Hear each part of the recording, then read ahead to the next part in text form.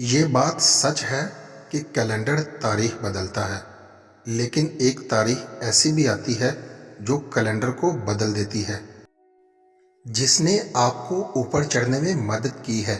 اس کو توڑنے کی کبھی کوشش مت کرو، کیونکہ واپسی اترنے میں تمہیں اس کی سخت ضرورت پڑے گی۔ کہتے ہیں کہ جیب میں اگر سوراخ ہو جائے تو سکوں سے پہلے اپنے گر جاتے ہیں۔ موقع آئس کریم کی طرح ہوتا ہے، زیادہ دیر سوچو گے تو پگھل جائے گا۔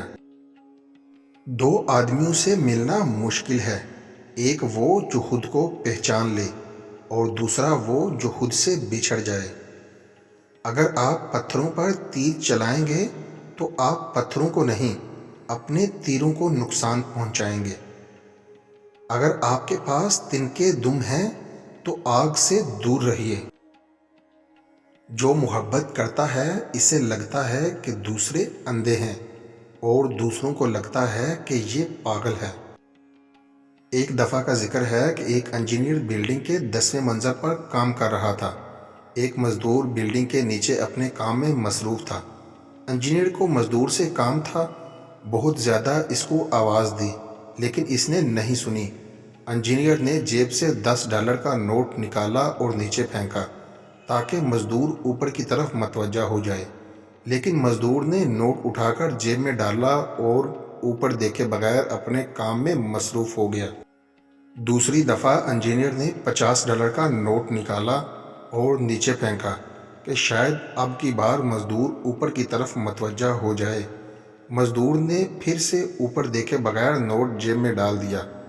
اب تیسری دفعہ انجینئر نے ایک چھوٹی سی کنکر اٹھائی اور اسے نیچے پھینک دیا۔ کنکر کا مزدور کے سر پر لگنا تھا کہ اس نے فوراً اوپر کی طرف نگاہ کی۔ انجینئر نے اسے اپنے کام کے بارے میں بتایا۔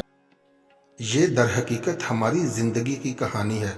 ہمارا خدا ہمیشہ ہم پر نعمتوں کی بارش کرتا ہے کہ شاید ہم سر اٹھا کر اس کا شکریہ ادا کریں، اس کی باتیں سنیں، لیکن ہم اس طرح اس کی بات نہیں سنتے۔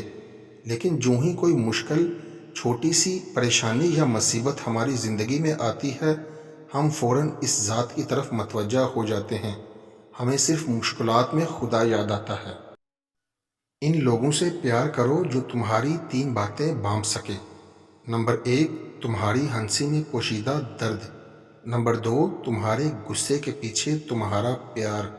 اور نمبر 3، تمہاری خاموشی کے پیچھے پوشیدہ وجہ۔ آدمی بغیر کسی وجہ کے کانٹوں کے درمیان نہیں بھاگتا۔ یا تو یہ سانپ کا پیچھا کر رہا ہے یا سانپ اس کا پیچھا کر رہا ہے۔